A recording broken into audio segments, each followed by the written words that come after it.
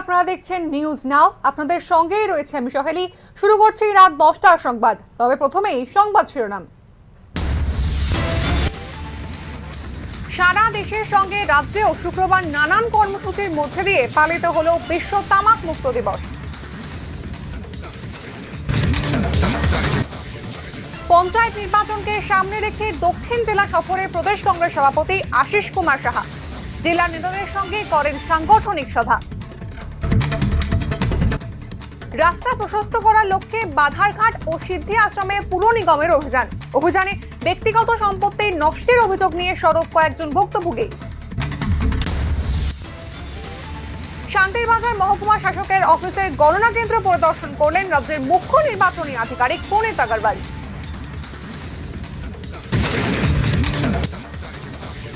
প্যালেস্টাইনের সমর্থনে বাম নেতৃত্বকে সঙ্গ দিয়ে আগরতলায় মিছিল করল সারা ভারত শান্তি সংহতি সংস্থার রাজ্য সংগঠন।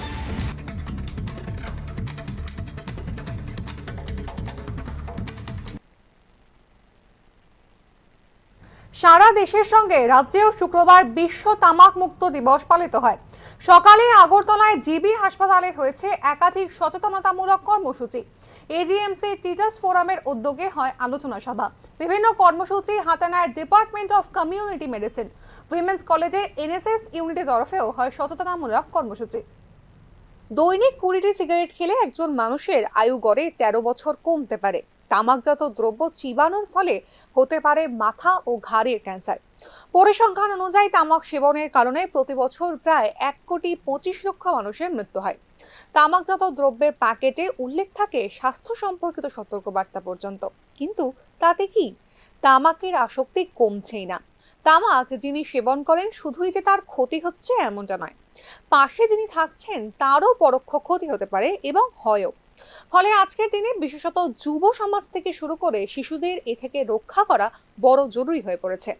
শুক্রবার বিশ্ব তামাক মুক্তি দিবস উপলক্ষে রাজ্যেও হয় নানা সচেতনতামূলক কর্মসূচি। সকালে আগরতলায় জিবি হাসপাতালে হয়েছে একাধিক অনুষ্ঠান। বিভিন্ন কর্মসূচি হাতে নেয় department of community medicine. AGMC teachers ফোরামের উদ্যোগে হয় আলোচনা সভা। আজকে আপনারা সবাই জানেন প্রত্যেক বছর 31শে মে বিশ্ব তামাক মুক্ত দিবস হিসেবে পালন করা হয়ে থাকে। সেই উদ্দেশ্য উপলক্ষে আমরা এজিএমসি টিচার্স ফোরামের পক্ষ থেকে আজকের দিনটি আমরা পালিত করেছি এবং আমাদের সাথে যে হসপিটালের বিভিন্ন স্টাফ, সুলভ, সিকিউরিটি গার্ড, ছাত্রছাত্রীরা এবং আমাদের যারা ফ্যাকাল্টি, কিছু রোগীর পরিজনদের আত্মীয় স্বজনরাও ছিলেন।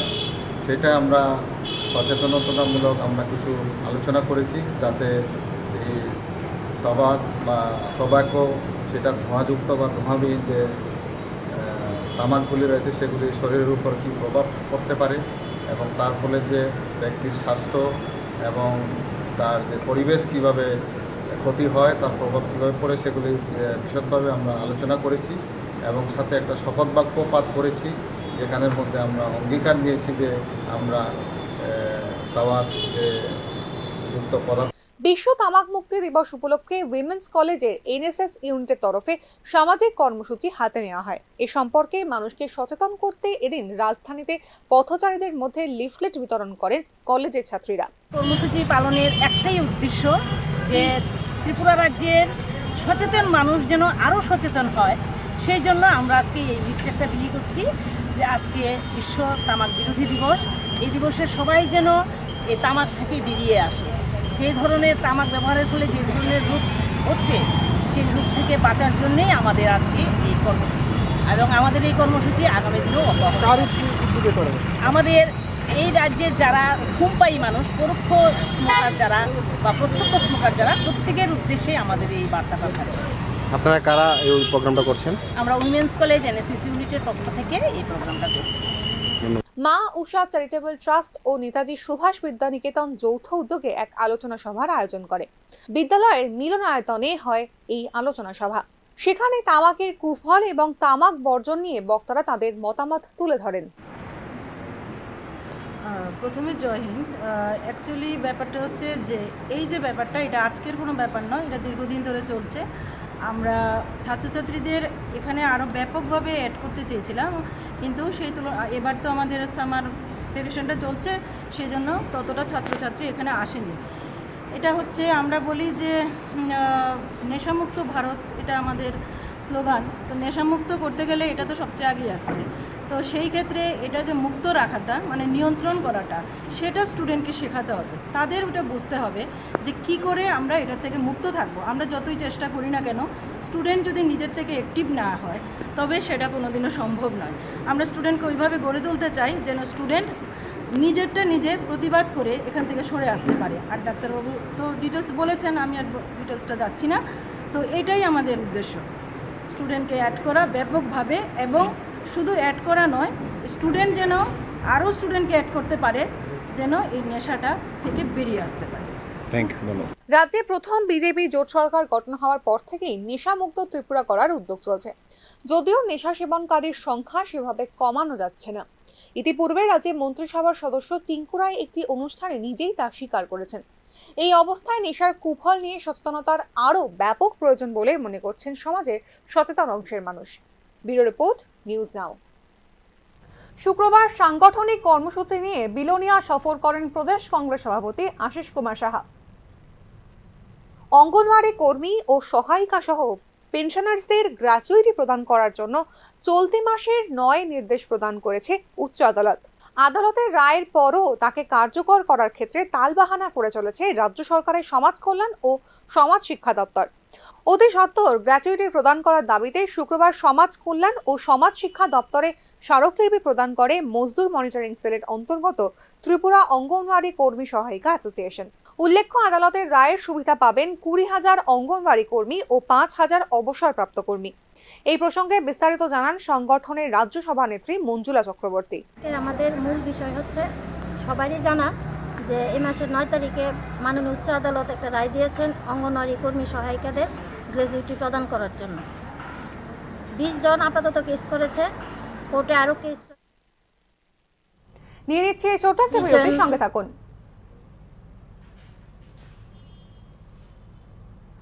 আপনি দেখছেন নিউজ নাও, আমরা জানি কোনটা খবর।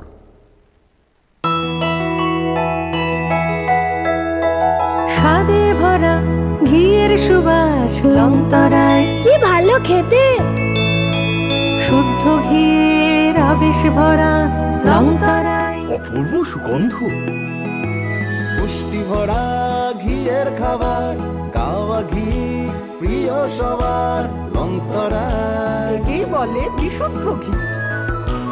বিশুদ্ধ ঘি নাম মনে রেখো লংতরায়। লংতরাই ঘি রোজ খাবারে তোমাকে চাই। লংতরায়, লংতরায়, লংতরায়। শোনো শোনো ভোজন রসিক, শোনো মন দিয়া, ঝাঁঝের স্বাদে রান্না করো লংতরাই দিয়া। ইলিশ সর্ষে পোস্ত বাটা যেমন ইচ্ছে নাও, মালাই চিংড়ি মাংস কষা চেটে পুটে খাও, আহা চেটে পুটে খাও, আহা চেটে পুটে খাও। লংতরাই কাচ্চি ঘানির সর্ষে তেলে টেস্ট, যে খাবে সেই বলবে লংতরাই বেস্ট। লংতরাই সর্ষের তেল, ঝাঁঝে।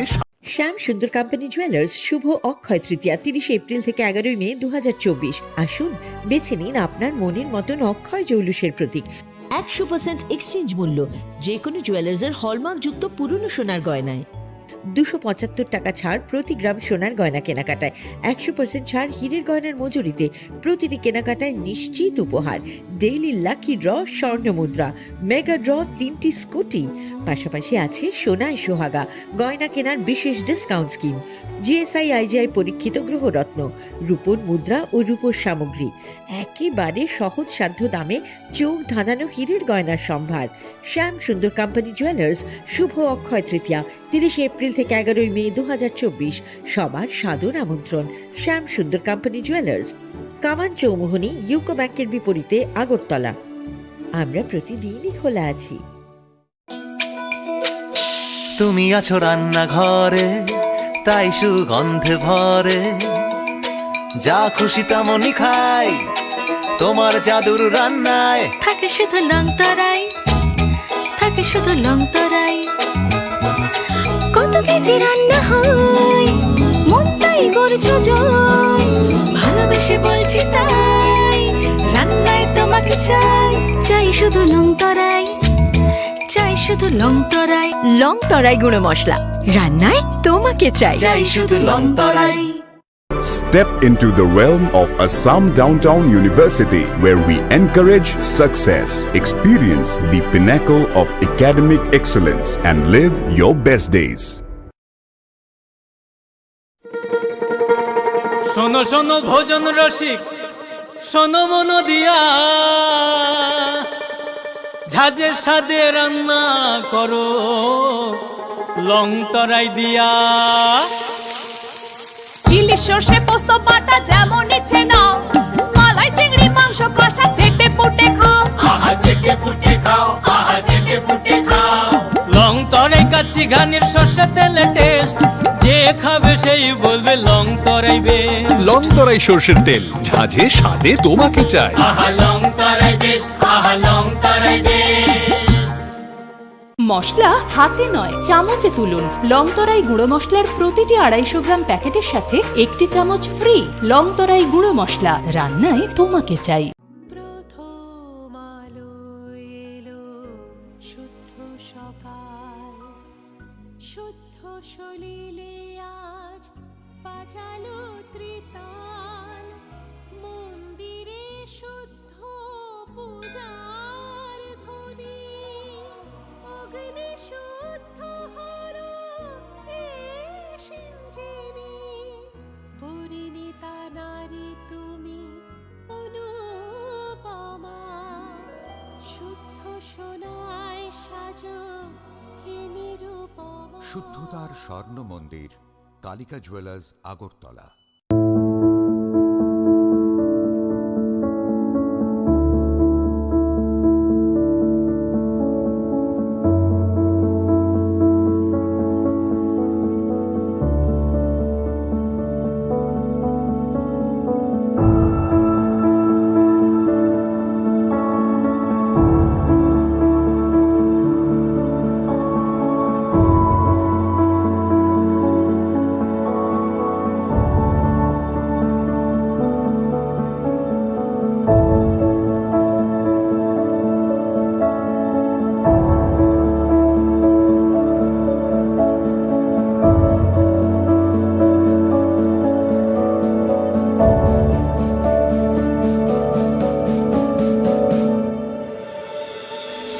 চামচে তুলুন। লং তরাই গুঁড়ো মশলার প্রতিটি 250 গ্রাম প্যাকেটের সাথে 1 চামচ ফ্রি। লং তরাই গুঁড়ো মশলা, রান্নায় তোমাকে চাই। আপনি দেখছেন নিউজ নাও, আমরা জানি কোনটা খবর। বিরতির পর আবারও চোখ রাখবো সংবাদে। শুক্রবার সাংগঠনিক কর্মসূচি নিয়ে বিলোনিয়া সফর করেন প্রদেশ কংগ্রেস সভাপতি আশিস কুমার সাহা। আসন্ন পঞ্চায়েত নির্বাচনকে পাখির চোখ করে রাজ্যে সাংগঠনিক তৎপরতা শুরু করেছে প্রদেশ কংগ্রেস। বিলোনিয়া সফরে এসে এমনটাই জানান প্রদেশ কংগ্রেস সভাপতি আশিস কুমার সাহা। প্রাক্তন মন্ত্রী মনীন্দ্র রিয়াং ও অন্যান্য প্রদেশ নেতৃত্বকে সঙ্গে নিয়ে এদিন দক্ষিণ জেলা সফরে আসেন তিনি। পরে ব্লক কংগ্রেস ভবনে জেলার নেতাদের সঙ্গে দীর্ঘক্ষণ সাংগঠনিক বৈঠক করেন প্রদেশ কংগ্রেস সভাপতি। পঞ্চায়েত নির্বাচনকে সামনে রেখে রাজ্যের 7টি ব্লকেই কংগ্রেস দল সাংগঠনিক সভা কর্মসূচি করছে বলে জানিয়েছেন আশিস কুমার সাহা। পাশাপাশি লোকসভা ভোটের গণনা পর্ব নিয়েও এদিনের সাংগঠনিক বৈঠকে ব্লকের নেতাদের সঙ্গে তার আলোচনা হয়েছে বলে জানিয়েছেন প্রদেশ সভাপতি। কংগ্রেসের পক্ষ থেকে আমাদের পূর্ব সিদ্ধান্ত অনুযায়ী রাজ্যের 7টি ব্লকেই আমরা সাংগঠনিক ব্লক সভা করেছি।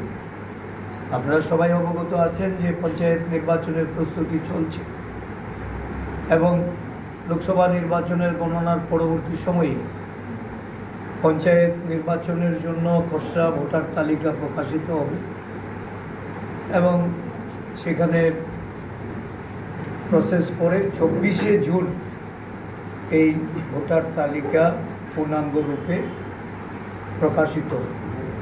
তো পঞ্চায়েত নির্বাচনের প্রস্তুতি, এই প্রাক প্রস্তুতি নিয়েও আমরা আমাদের দলীয় নেতৃত্ব এবং আমাদের বিভিন্ন ব্লক নেতৃত্বের সঙ্গে আমরা এক রাউন্ড আলোচনা করেছি। এর আগে এসেছিলাম। আজকে মূলত গণনাকে কেন্দ্র করেই আমাদের নিজের প্রতিক্রিয়ায় বিভিন্ন ইস্যুতে বিজেপি সরকারকে এদিন বিদ্ধ করেন প্রদেশ কংগ্রেস সভাপতি। রাজ্যে আইন শৃঙ্খলার ব্যাপক অবনতি হয়েছে বলে অভিযোগ করেন আশিস কুমার সাহা।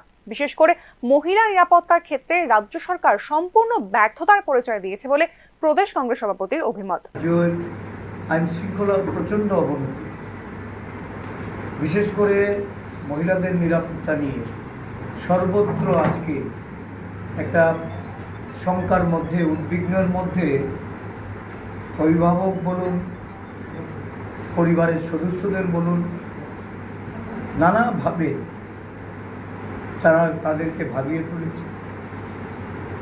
আপনারা নিজেরা নিশ্চয়ই এটা পর্যবেক্ষণ করছেন যে আগ্নেয়াস্ত্রের ব্যবহার যত্রতত্র, এখন গুলিতে প্রাণ হারানোর মতো ঘটনা ঘটছে, গুলিবিদ্ধ হয়ে চিকিৎসাধীন, নারীর শ্লীলতাহানি, ধর্ষণ, কিডন্যাপ, এমনকি স্কুলের বাচ্চাদেরকেও আজকে। পঞ্চায়েত নির্বাচনকে সামনে রেখে দলের সাংগঠনিক তৎপরতা আগামী দিনেও জারি থাকবে বলে জানিয়েছেন প্রদেশ কংগ্রেস সভাপতি আশিস কুমার সাহা। সাংগঠনিক বৈঠকে অন্যান্যদের মধ্যে উপস্থিত ছিলেন জেলার নেতা মৃদুল পাটারি, দেবাশিস মজুমদার সহ অন্যান্যরা। ব্যুরো রিপোর্ট, নিউজ নাও। সরকারি ড্রেন দখলমুক্ত করতে ও রাস্তা প্রসার করার জন্য শুক্রবার বাধারঘাট সংলগ্ন অঞ্চলে উচ্ছেদ অভিযান করে আগরতলা পুর নিগম। তবে নিয়ম কানুনে তোয়াক্কা না করে নিজস্ব সম্পত্তি নষ্ট করা হয়েছে বলে অভিযোগ করেন বেশ কয়েকজন ভুক্তভোগী। শুক্রবার সিদ্ধি আশ্রম বাজার থেকে শুরু হয়ে বাধারঘাট রেল স্টেশনের 1 নম্বর গেট পর্যন্ত চলে পুর নিগমের উচ্ছেদ অভিযান। মূলত সরকারি রাস্তা প্রশস্ত করার লক্ষ্য নিয়েই চলে অভিযান। যদিও কয়েকজন ভুক্তভোগীর অভিযোগ নিয়ম কানুন না মেনেই তাদের ব্যক্তিগত মালিকানাধীন সম্পত্তি নষ্ট করে পুর নিগমের কর্মীরা। অভিযোগকারীদের মধ্যে রয়েছেন স্থানীয় এক হোটেল মালিক সহ এক প্রবীণ নাগরিক। শোনা যাক এ প্রসঙ্গে তার কি বক্তব্য। মেন হচ্ছে আমার দেখেন এই জায়গাটার মধ্যে একটা নারকেল গাছ আছে। এই গাছটা তারা যখন কাটে তখন আমি তারা বলছি, দাদা আপনারা এটা হাতে কাটেন, মেশিন আর এমনি জেসিবি দিয়ে ধাক্কা দিয়ে ফালাবেন না। তারা তবুও এই জিনিসটা আমরা 3বার ওয়ার্নিং দিছি তারা, বলে দাদা আপনারা এই জিনিসটা করেন না। বাজার দেওয়ার পরে দিয়েছিল তারা এরকমভাবে করছে, করে সেটা আমরা এটা ভেঙে দিছে।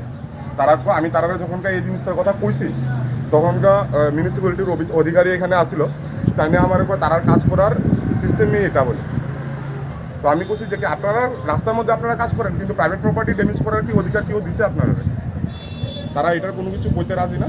তারা কয় যে ডিএম অফিসে গেছে আমরা পিটিশন জারি করতাম।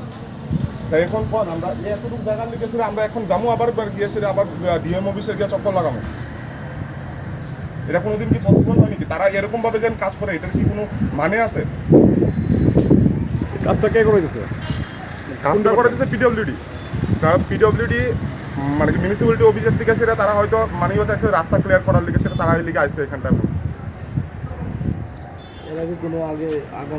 ক্ষোভের সঙ্গে স্থানীয় এক হোটেল মালিক জানান, জেসিবি মেশিন দিয়ে গাছ কাটার ফলে গাছের ধাক্কায় ভেঙে পড়ে তার হোটেলের বারান্দা সহ একাংশ। এর ফলে তার বিপুল পরিমাণ আর্থিক ক্ষতি হয়েছে বলে জানিয়েছেন তিনি। পুর নিগমের এই ধরনের কাজের কোনো আইনি যৌক্তিকতা আছে কিনা সে নিয়েও প্রশ্ন তুলেছেন তিনি। প্রপার্টি ড্যামেজ হয়েছে, কি মনে করেন আপনি বিষয়টা? Please have a look please. গোটা ঘটনায় অবশ্য কোনো ধরনের প্রতিক্রিয়া দিতে অনীহা প্রকাশ করেন অভিযানে উপস্থিত পুর নিগমের আধিকারিকরা। সংবাদ মাধ্যমের ক্যামেরা দেখেই মুখ ঘুরিয়ে চলে যান দায়িত্বপ্রাপ্ত কর্মীরা। Bureau report, news now. Shantirbazar মহকুমা শাসকের অফিসের গণনা কেন্দ্র পরিদর্শন করলেন রাজ্যের মুখ্য নির্বাচনী আধিকারিক পুনিত আগরওয়াল। শুক্রবার জেলা নির্বাচনী আধিকারিক জেলা শাসক সিদ্ধার্থ শিব জয়সওয়াল, জেলা পুলিশ অধিরক্ষক অশোক কুমার সিনহা ও শান্তিরবাজার মহকুমা শাসক আবেদানন্দ পৈতকে সঙ্গে নিয়ে মহকুমা শাসকের অফিসের গণনা কেন্দ্র পরিদর্শন করেন তিনি। পরে মহকুমা শাসকের অফিসে দক্ষিণ জেলার নির্বাচনী আধিকারিক, জেলার 7টি বিধানসভা কেন্দ্রের সহকারী রিটার্নিং অফিসার, সাবরুম, বিলোনিয়া ও শান্তিরবাজারের মহকুমা পুলিশ আধিকারিক, কেন্দ্রীয় বাহিনীর আধিকারিক, তথ্য সংস্কৃতি দপ্তর, বিদ্যুৎ নিগম ও অগ্নি নির্বাপক দপ্তরের আধিকারিকদের নিয়ে জেলার 7টি বিধানসভা কেন্দ্রের ভোট গণনা শান্তিপূর্ণভাবে সম্পন্ন করার প্রয়োজনীয় নির্দেশ দেন। त्रिपुरा में 2 जो पार्लियामेंट्री सीट है उनका पोलिंग हो गया है। अब 4 जून को पूरे देश में काउंटिंग होगा, यहाँ भी काउंटिंग होगा। तो शांति बाजार में आपके 2 असेंबली सेगमेंट्स हैं जिसकी काउंटिंग होगी। तो उसके काउंटिंग हॉल को इंस्पेक्ट करने के लिए हम आए हैं। स्ट्रॉन्ग रूम में सब अरेंजमेंट। ইসরায়েলের আগ্রাসনের প্রতিবাদ করে প্যালেস্টাইনকে সমর্থন করে আগরতলায় অনুষ্ঠিত শান্তি মিছিল। শুক্রবার সারা ভারত শান্তি সংহতি সংস্থার আয়োজিত শান্তি মিছিলে উপস্থিত ছিলেন প্রাক্তন মুখ্যমন্ত্রী মানিক সরকার, শঙ্কর প্রসাদ দত্ত সহ অন্যান্যরা। কর্মসূচিতে পথসভায় বক্তব্য রাখেন মানিক সরকার। সংশ্লিষ্ট প্রসঙ্গে প্যালেস্টাইনের অবস্থানকে সমর্থন করে বক্তব্য রাখেন তিনি। ইসরায়েল প্যালেস্টাইন সংঘর্ষের প্রেক্ষিতে দেশের বিদেশ নীতির বিরুদ্ধে উষ্মা প্রকাশ করে পথসভায় মতামত রাখেন মানিক সরকার।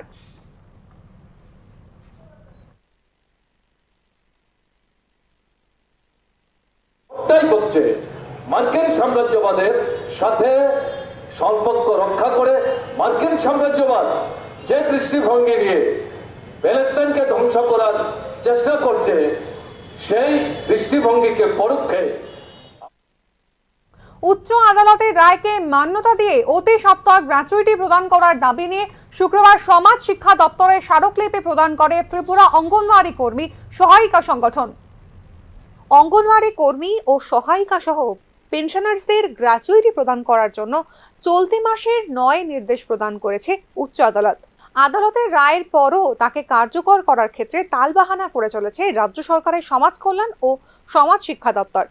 অতি সত্বর গ্র্যাচুইটি প্রদান করার দাবিতে শুক্রবার সমাজ কল্যাণ ও সমাজ শিক্ষা দপ্তরে স্মারকলিপি প্রদান করে মজদুর মনিটরিং সেলের অন্তর্গত ত্রিপুরা অঙ্গনওয়াড়ি কর্মী সহায়িকা অ্যাসোসিয়েশন।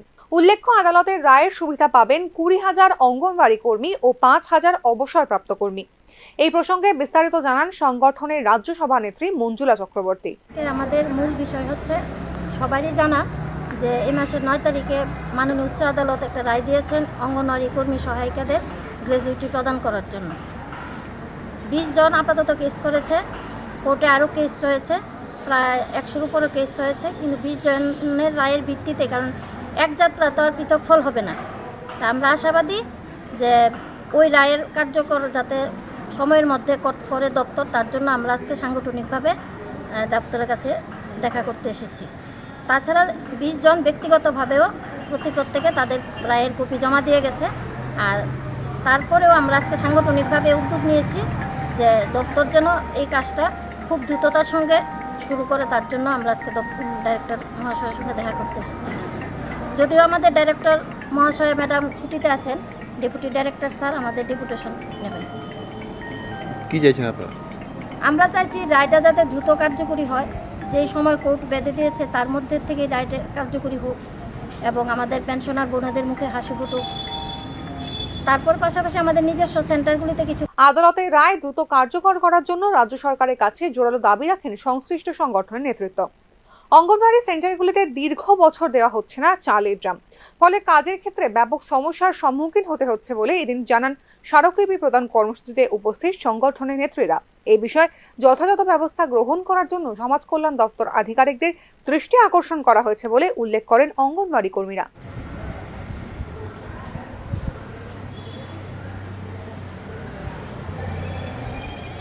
প্রসঙ্গত বলা যায়, সীমিত আর্থিক সুবিধা নিয়েই সেই বাম আমল থেকে নিজেদের দাবি দেওয়ার জন্য লড়াই করে আসছেন অঙ্গনওয়াড়ি কর্মীরা। বিজেপি আমলে সুযোগ সুবিধা কিঞ্চিত বৃদ্ধি পেয়েছে ঠিকই, তবে অঙ্গনওয়াড়ি কর্মীদের কাজের নিরিখে এই সুবিধা অপ্রতুল বলেই সচেতন মহলের বক্তব্য। ব্যুরো রিপোর্ট, নিউজ নাও।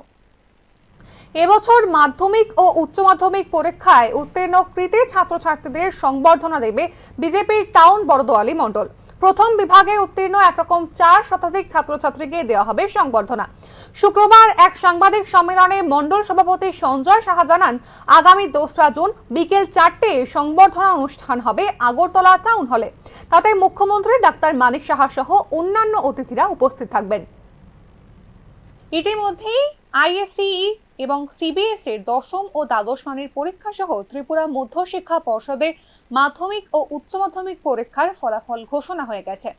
পরীক্ষায় সফল ছাত্রছাত্রীদের উৎসাহ দিতে বিশেষ উদ্যোগ নিয়েছে বিজেপির টাউন বরদোয়ালি মণ্ডল। এলাকায় মাধ্যমিক এবং উচ্চ মাধ্যমিক পরীক্ষায় যারা প্রথম বিভাগে উত্তীর্ণ হয়েছে তাদেরকে সংবর্ধনা দেওয়া হবে। শুক্রবার দলীয় কার্যালয়ে এক সাংবাদিক সম্মেলনে এমনটাই জানিয়েছেন মণ্ডল সভাপতি সঞ্জয় সাহা। তিনি বলেন, কৃতী ছাত্রছাত্রীদের উৎসাহ দিতেই এই উদ্যোগ। এই মর্মে আগামী 2রা জুন বিকেল 4টায় সংবর্ধনা অনুষ্ঠান হবে আগরতলা টাউন হলে। তাতে টাউন বরদোয়ালি মণ্ডলের বিধায়ক তথা মুখ্যমন্ত্রী ডাক্তার মানিক সাহা উপস্থিত থাকবেন। থাকবেন আগরতলা পুর নিগমের মেয়র দীপক মজুমদার সহ আরও অনেকেই। আজকে আমাদের মণ্ডলী বিধানসভা অন্তর্গত 8 টাউন বর্দোয়ালি মণ্ডলে আমরা এক সাংবাদিক সম্মেলনের আয়োজন করেছি। আমাদের আগামী 2024-এ যারা মাধ্যমিক এবং উচ্চ মাধ্যমিকে প্রথম বিভাগে উত্তীর্ণ হয়েছে তাদেরকে টাউন হলে আমরা সম্বোধনা দেব। সেখানে উপস্থিত থাকবেন আমাদের রাজ্যের মাননীয় মুখ্যমন্ত্রী এবং এই কেন্দ্রের যিনি বিধায়ক প্রফেসর ডক্টর মানিক শাহ মহোদয়, এবং উপস্থিত থাকবেন আমাদের পৌর নিগমের মেয়র শ্রী দীপক মজুমদারের কার্যকর্তারা। তাই আমি সবাইকে অনুরোধ করব যে 2 তারিখ বিকাল 4 ঘটিকায় টাউন হলে সবাই উপস্থিত থাকার জন্য, এবং আগামী দিনের জন্য ছাত্রছাত্রীরা আরও বেশি উৎসাহিত হয়ে ভালো পড়াশোনা করতে পারে সেই লক্ষ্যে কিন্তু আমাদের মাননীয় মুখ্যমন্ত্রী ওদেরকে সম্বোধন করবে। কতজনকে মোট সম্বর্ধনা প্রদান করা হয়? 400 মতো হয়েছে, আরও যদি 2-4 জন থাকে বেশি হয় আমরা ওদেরকে সম্বোধন করব। বিজেপির এই মণ্ডল সভাপতি আরও জানান, ওই দিন অনুষ্ঠানে 4 শতাধিক কৃতী ছাত্রছাত্রীকে সংবর্ধনা দেওয়া হবে। তাতে অন্যান্য অংশের ছাত্রছাত্রীদেরও উপস্থিত থাকতে তিনি আহ্বান জানিয়েছেন। Bureau report, news now. Bhuturia এলাকায় 3 যুবককে মারধরের ঘটনায় জড়িত অভিযুক্তদের খোঁজ চালাচ্ছে পুলিশ। গতকাল গভীর রাতে ভুতুরিয়া এলাকায় 2 যুবককে পথ আটকে মারধর করে বাইক আরোহী 3 যুবক।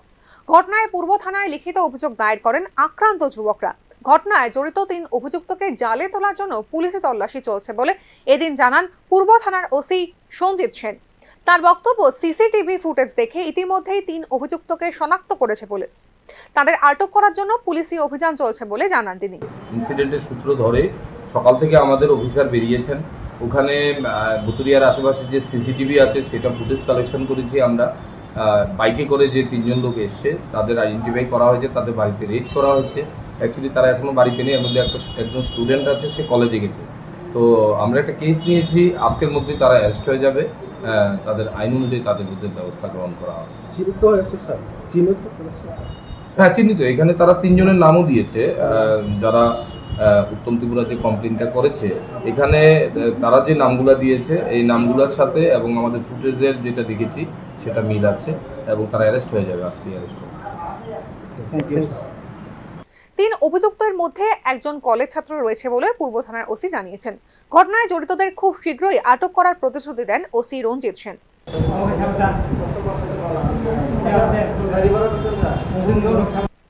রাত্রে রাজধানীকে নিরাপদ রাখার জন্য আছে পুলিশের নাইট পেট্রোল।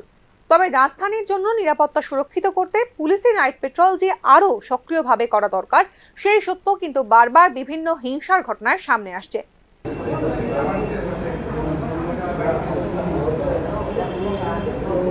অবশ্য সচেতন নাগরিকদের মতামত যে ছোট্ট শহরের চৌহদ্দির মধ্যে 10-12টা মদের দোকান, অঘোষিত রাত্রিকালীন বার আর শুকনো নেশার সাম্রাজ্য থেকে যেখানে হিংসা ডালপালা মিলবে তা যেন অনেকটাই স্বাভাবিক সত্য। প্রশ্ন, আর কবে রাত্রি নিরাপদ রাজধানী হিসেবে পরিচিতি পাবে শহর আগরতলা, যেখানে ভয়ভীতি ছাড়া নিশ্চিন্তে পথ হাঁটবে সাধারণ মানুষ? ব্যুরো রিপোর্ট, নিউজ নাও। রানীর খামার, ঝরঝরিয়া ও আমতলীর একাংশে 4 দিন ধরে বিদ্যুৎ নেই। স্থানীয় আমতলী বিদ্যুৎ অফিস কিংবা নিগমের টোল ফ্রি নম্বরে বহুবার অভিযোগ জানিয়েও সমস্যার সুরাহা হয়নি। শেষে বৃহস্পতিবার মধ্যরাতে বিদ্যুৎ নিগমের সূর্যমণিনগর সাব ডিভিশন অফিস ঘেরাও করে এলাকাবাসী। একই সঙ্গে বৃহত্তর আন্দোলনের হুঁশিয়ারিও দেওয়া হয়। রাজ্যে বিদ্যুৎ পরিষেবা নিয়ে সাধারণ মানুষের ক্ষোভ ক্রমশই বাড়ছে। শহরতলির রানীর খামার, ঝরঝরিয়া ও আমতলীর একাংশে গত 4 দিন ধরে বিদ্যুৎ নেই। স্থানীয় লোকজন জানিয়েছেন ঝড় এসেছিল, চলেও গেছে, কিন্তু ঝড়ের সঙ্গে সেই যে বিদ্যুৎ চলে গিয়েছিল তখন থেকে আর আসেনি। বিদ্যুৎ নিগমের টোল ফ্রি নম্বরে বারবার ফোন করার চেষ্টা হলেও রিসিভ করা হয় না। কখনো বা ফোন রিসিভ করা হলে ত্রুটি সারাইয়ের জন্য লোক পাঠাচ্ছে বলে কাটিয়ে দেওয়া হচ্ছে দিনের পর দিন। আমতলীতে স্থানীয় বিদ্যুৎ অফিসে বহুবার সমস্যার কথা জানিয়েও সুরাহা হয়নি। এই অবস্থায় বৃহস্পতিবার মধ্যরাতে বাধ্য হয়ে তারা বিদ্যুৎ নিগমের সূর্যমণিনগরের সাব ডিভিশন অফিস ঘেরাও করেন। 4 দিন ধরে কারেন্ট নেই, এজন্য এখানে এসেছি। মানে আজকে যে এখানে যে আসছেন, এটা কোন জায়গায়? সূর্যমণিনগর পাওয়ার সাবস্টেশন। মানে কতদিন ধরে নেই কারেন্ট? 4 দিন ধরে কারেন্ট নেই। তো এখানে আসার পরে তারা কি বললো? তারা একটা নাম্বার দিয়েছে, ওই নাম্বারে ফোন করলে ফোন তারা ধরে না। তো আপনাদের ইলেকট্রিক অফিস কোন জায়গাতে? আমতলী। মানে ওইখান থেকে কেউ আসে না লাইন ঠিক না, করার 19 বারাতে ফোন করেছিল, ওরা বলে আসবো কিন্তু আসেনি। তো এখন বিষয়টা নিয়ে কি যাচ্ছেন আপনারা? আমরা অতি সত্য যাতে কারেন্টটা পাই, যে রাত্রে ঘুমাতে পারি না, বাড়িতে জল নেই, এই জন্য রাতে ঘুম হারাম করে এখানে আসা। কোন এলাকা মানে আপনাদের এলাকাটা? স্থানীয় লোকজনদের কথায় টানা 4 দিন ধরে বিদ্যুৎ না থাকার কারণে দুর্ভোগের অন্ত থাকছে না। জল পাওয়া যাচ্ছে না, এমনকি পানীয় জল সংগ্রহ করতে গিয়ে বহু সমস্যায় পড়তে হচ্ছে। অন্যদিকে চলছে না ঘরের পাখা, এতে এই গরমে বিশেষ করে বয়স্ক ও শিশুদের সবচেয়ে বেশি সমস্যায় পড়তে হচ্ছে। তার জন্য আমরা এরিয়াতে পুরো এরিয়াতে কারেন্ট নেই। আমরা 19 বারোতে কল করছি, প্রথম তুফান যখন বদ্ধ হয়েছে তখন তো কল করে না, তারা খালি নাম্বার কল করার পরে নাম্বার বিজি একদিন গেছে নাম্বার বিজি তারপরে তো অনেক কল করলে কল ঢুকে, কিন্তু তারা যে লোক আছে না হেল্প সেন্টার কথা কখন যায় না। আমরা যে আইডির মাধ্যমে আমরা কমপ্লেন জানাইছি ওরা তারা উল্টা রিটার্ন কল করে আমরা সমস্যার কথা করলে তারা আমরা লোক পাঠাইতেছি, ঠিক করে দিব, লোক আইতেছে, এইসব কয়ে আজকে 4 দিন হয়ে গেছে। পর্যন্ত আমরা যে কারেন্ট নাই, আমরা বাড়ি করে কারোর জল নাই, খাওয়ানোর জল পর্যন্ত নাই। আচ্ছা 4 দিন ধরে আমরা ঘুম নাই, রাত্রেবেলা গরমের যন্ত্রণা, কিন্তু আমরা কোনো কারণে এটা সংশোধন পাইতেছি না। এরপরে আমতলী অফিসের স্টাফের নাম্বার নিয়েছিলাম আমরা এই অফিস থেকে, ওই জায়গাতে ফোন করছি ওরা তারাও লোক পাঠাইব আইব কয়ে আমরা ঘুরাইতেছে। আর এই কারণে আমরা বাধ্য হয়েছি অনেক সময় মিললে এই কারেন্ট অফিসে। ঘূর্ণিঝড় রেমাল ত্রিপুরায় সরাসরি আঘাত করেনি। বাংলাদেশ ও পশ্চিমবঙ্গের উপকূল অঞ্চলে বয়ে যাওয়ার সময় এখানে হাওয়া লেগেছিল মাত্র, তাতেই রাজ্যে বিদ্যুৎ পরিষেবার একেবারে দফা হয়ে গিয়েছে। অভিযোগের পর অভিযোগ আসছে রাজ্যের নানা জায়গা থেকে। ঝড়ের পর 4-5 দিন কেটে গেলেও বিদ্যুৎ পরিষেবা এখনো স্বাভাবিক নয়। ব্যুরো রিপোর্ট, নিউজ নাও। 36 লক্ষ টাকার সঠিক হিসাব পেশ করার জন্য ত্রিপুরা কেমিস্ট অ্যান্ড ড্রাগিস্ট অ্যাসোসিয়েশনের পূর্বতন সম্পাদক বিশ্বজিৎ সাহা ও পূর্বতন কোষাধ্যক্ষের প্রতি কঠোর বার্তা দিয়েছেন সংগঠনের বর্তমান সম্পাদক উত্তম কুমার দেব। শুক্রবার বাদুরতলী স্থিত অফিস কার্যালয়ে সাংবাদিক সম্মেলন করে ত্রিপুরা কেমিস্ট অ্যান্ড ড্রাগিস্ট অ্যাসোসিয়েশনের বর্তমান নেতৃত্ব।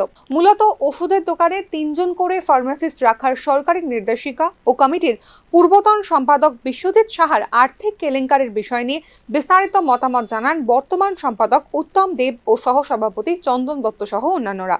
শোনা যাক সংবাদ সম্মেলনে দুটি বিষয় নিয়ে কি জানান সংশ্লিষ্ট সংগঠনের সম্পাদক উত্তম দেব। ডেপুটেশন দিয়েছি টু দ্য আমার honourable chief minister government of Tripura, আর একটা দিয়েছি হেলথ সেক্রেটারি, একটা দিয়েছি হেলথ ডাইরেক্টর। কী কারণে ডেপুটেশন দিয়েছি, যে ডেপুটেশনগুলো আমি এখানে আছে, একটা চিফ মিনিস্টার, একটা হেলথ সেক্রেটারি, আর একটা দিয়েছি হেলথ ডাইরেক্টর।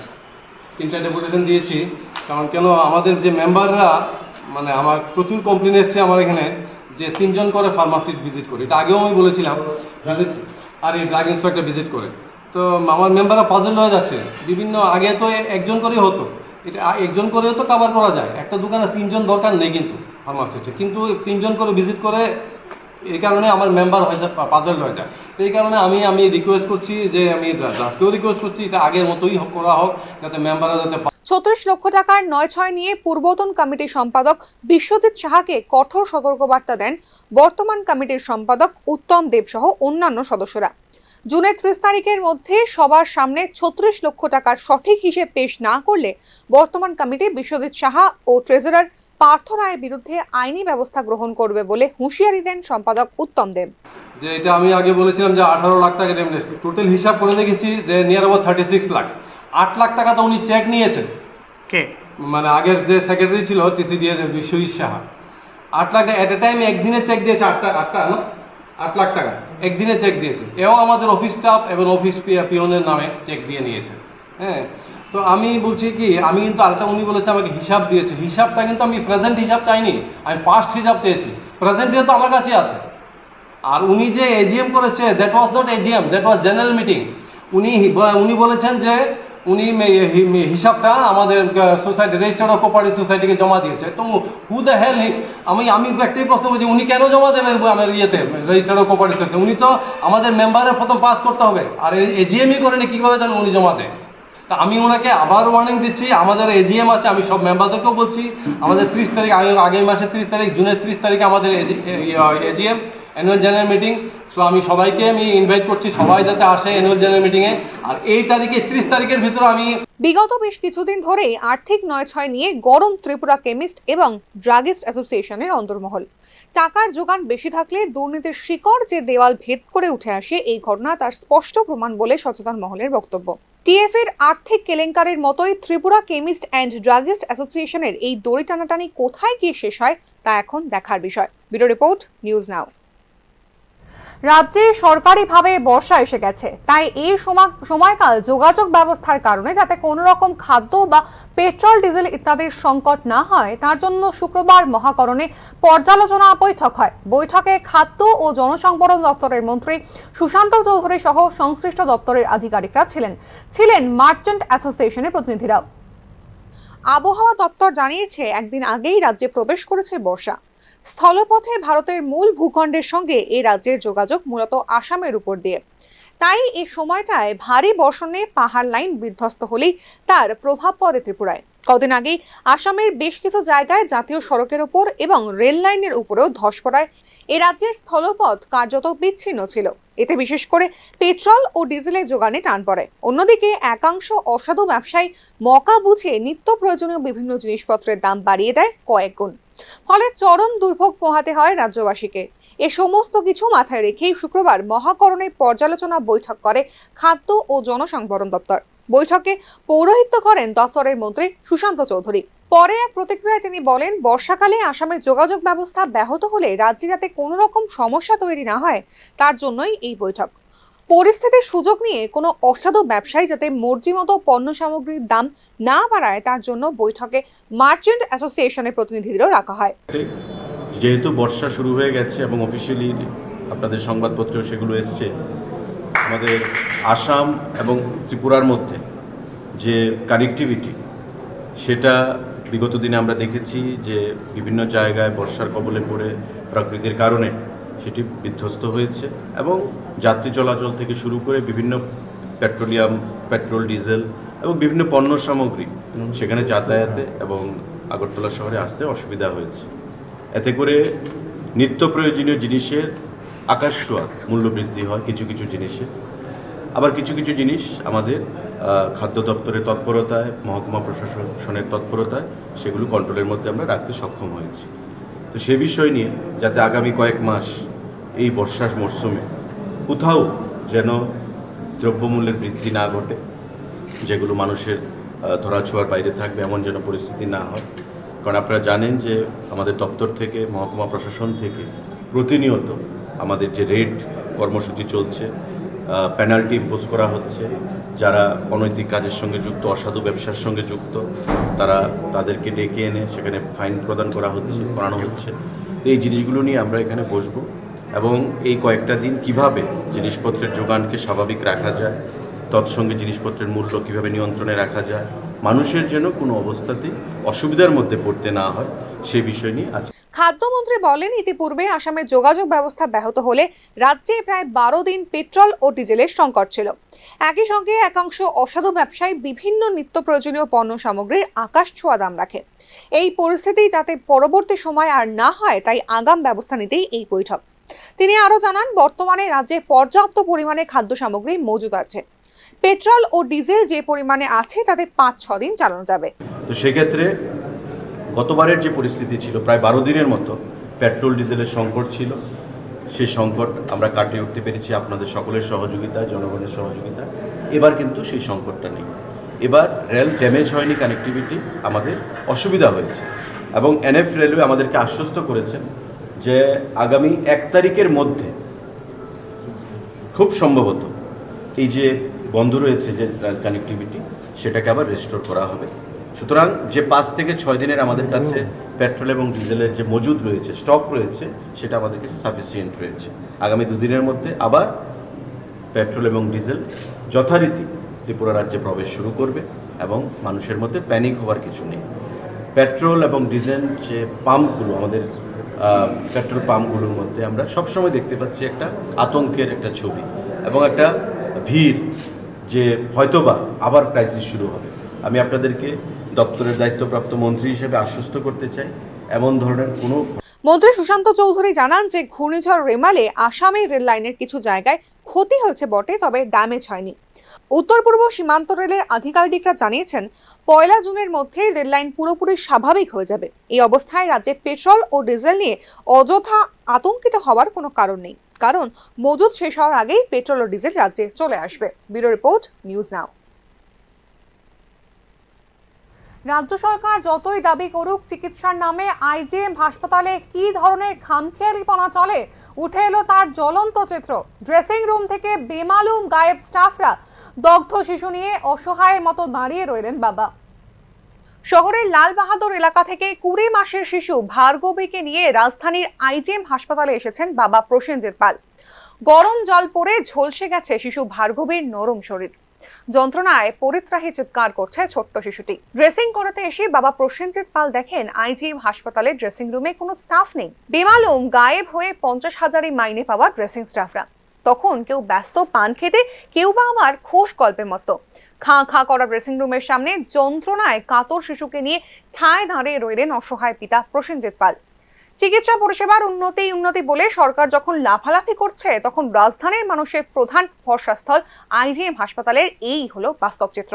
এবার শোনা যাক হাসপাতালে এসে কেমন ছিল অসহায় পিতার নির্মম অভিজ্ঞতা। হঠাৎ করে আমার মেয়ের গরম জল পিঠে সেরা চামড়া টামড়া দইলা গেছে। আইজিএমে আইলাম ইমার্জেন্সিতে, তারা কইলো যে বার্নার লাগাই দিব, ভিতরে যান।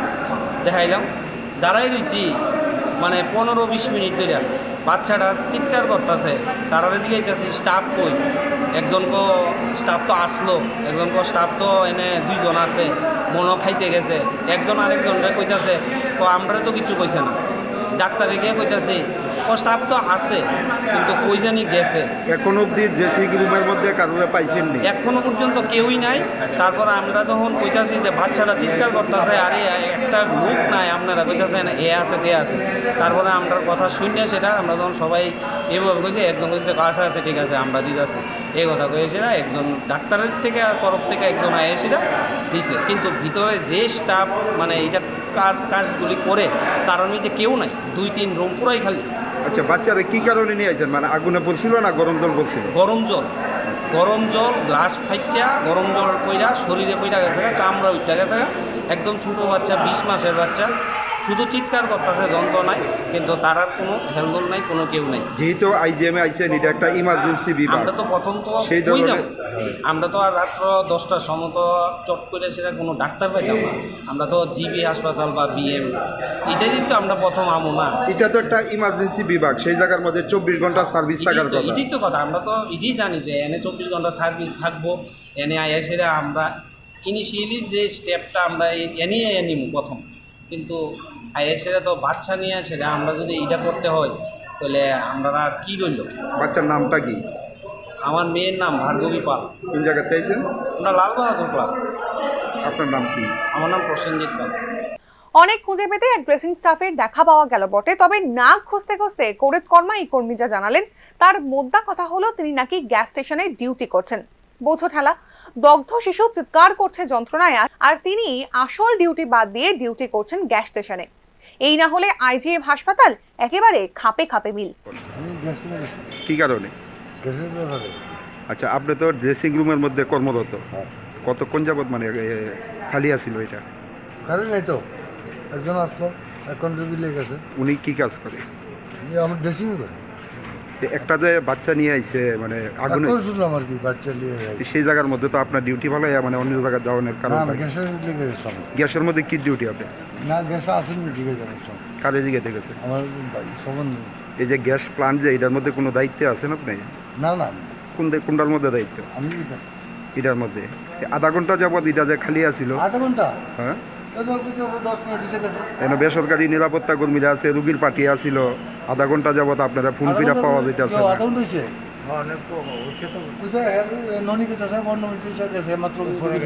যেহেতু এটা ইমার্জেন্সি বিভাগ, 1 মিনিটের জন্য এটা খালি রাখুন জানা, সেই বিষয়টা জানেন আপনি? আরেক ড্রেসিং রুমের স্টাফ তো সাংবাদিকের প্রশ্ন শুনে প্রায় আকাশ থেকে পড়লেন। অনেকক্ষণ মাথা চুলকে জানালেন গভীর তাৎপর্যবাহী একটি লাইন। সেই লাইনটি হলো, ওমা আমি তো কিছুই জানি না, সবাই তো ছিল, তারা গেল কই? আপনাদের মানে আইজিএমে আমি যেন কিছু করতাম না। আপনার তো ডিউটি আছে। আমার ডিউটি, আমি তো রুগীরা হাসপাতালে গেছি, আমি যেন কিছু করে করতাম না। আরেকজন তো ডিউটি থাকার কথা, উনি কই? এরা তো আমি যাইতে তো আমি দেখে গেছি না তারা, এরা রুগীরা তো খারাপ জল আছি, আমি দুধ দিছি, আমি তো তার সিকিউরিটি গেছে, দুইজনের দুধ দিছি। আরেকজন যে ওনার ডিউটি আছিল, ওনার নাম কি? তপন। মানে কি করে উনি? মানে ড্রেসিং রুমে মানে কর্মরত তো, উনি কই গেছে? মানে আধা ঘন্টা যাবত ওনারে পাওয়া যাইতেছে না। আমি তো আসলে তো হিরো। আপনি কি ফোন করছিলেন ওনারে? ফোন করছি, লাগে না।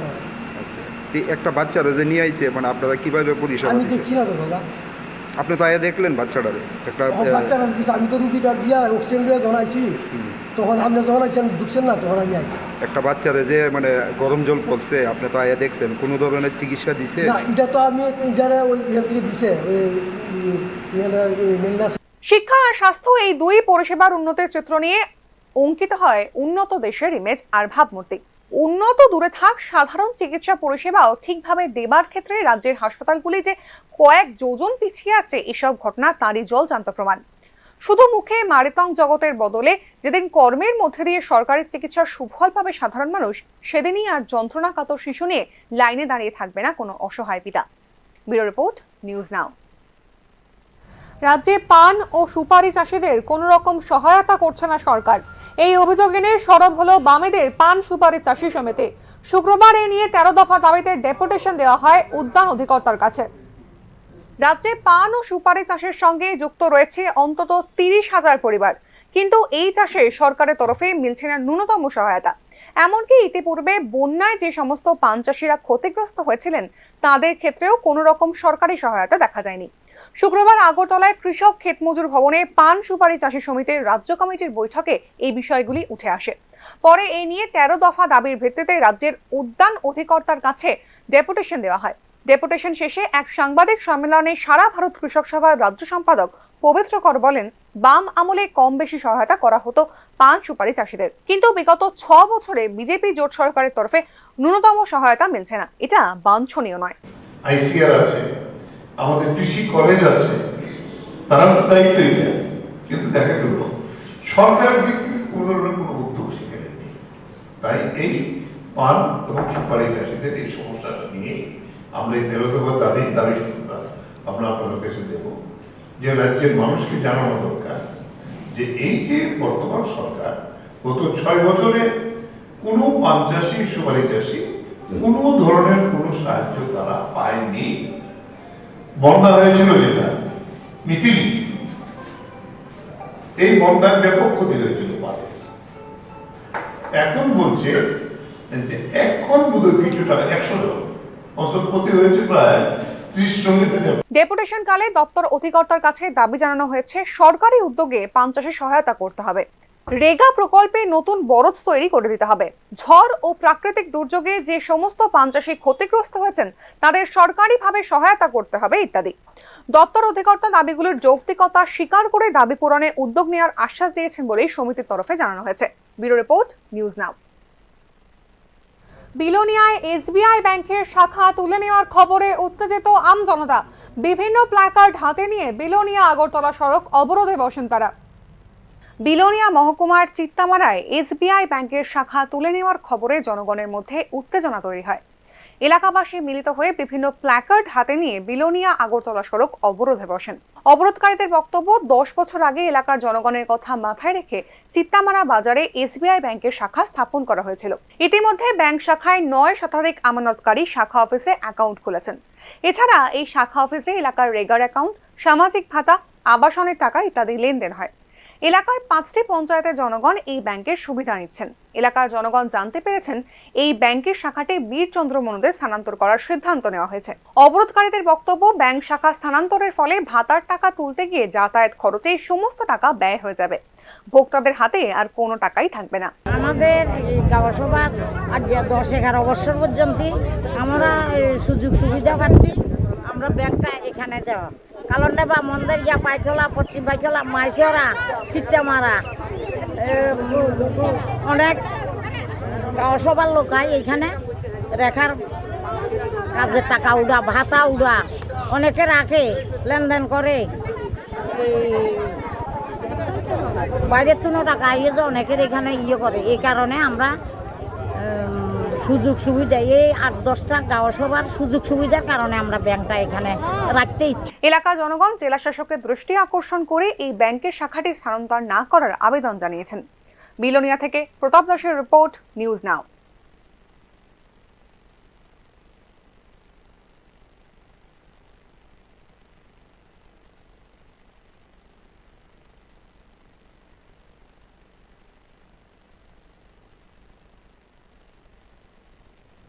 আজকের মতো সংবাদ এই পর্যন্তই। পরবর্তী আপডেটস পেতে চোখ রাখুন নিউজ নাওয়ের পর্দায়।